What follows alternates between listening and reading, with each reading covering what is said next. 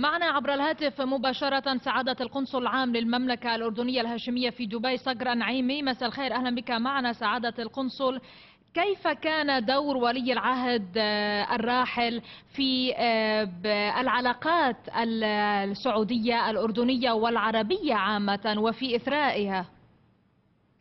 بسم الله الرحمن الرحيم. بداية يعني اسمحوا لي أتقدم بخالص العزاء والمواساة إلى خادم الحرمين الشريفين بلاد الملك عبد الله بن العزيز حفظه الله، وإلى أصحاب السمو الأمراء وذوي وأهل الراحل المغفور له بإذنه تعالى سمو الأمير نايف رحمه الله، تغمده بواسع رحمته وأسكنه فسيح جناته.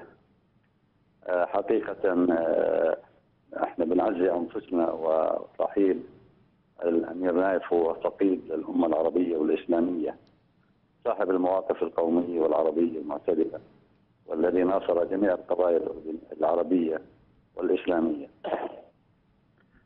وبالنسبة لدوره في العلاقات الأردنية السعودية، يعني شأنه شأن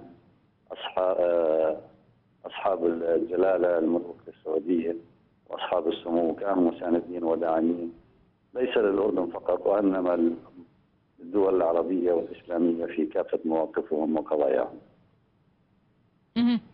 وماذا عن الشق الإنساني وفق معرفتك بولي العهد الراحل، الشق الإنساني وأبرز ما ميزه؟ نعم. يعني احنا تابعنا مسيرة حياته رحمه الله، بداية من يعني عندما يقال الأمير أو يذكر اسم الأمير رأسا باستخدام يعني أخذنا إلى مجلس الوزراء الداخلية العرب منذ 36 أو أكثر عام.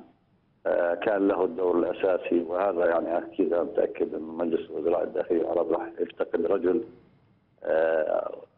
وركن من أركان وزراء الداخلية العرب المجلس، اللي كان دوره يعني معروف للكل في توفير الأمن والأمان للأمة العربية خاصة. دوره الإنساني زي ما تابعنا مسيرته، يعني اهتمامه بالمواطن السعودي بالدرجة الأولى والشباب السعودي، وبأخذ بيده وتوفير سبل العيش الكريم لهم من خلال مبادراته وحثهم على العمل والتواصل والابتعاد على ما هو كل ما يسيء إلى سمعة المواطن العربي والسعودي بالدرجة الأخرى.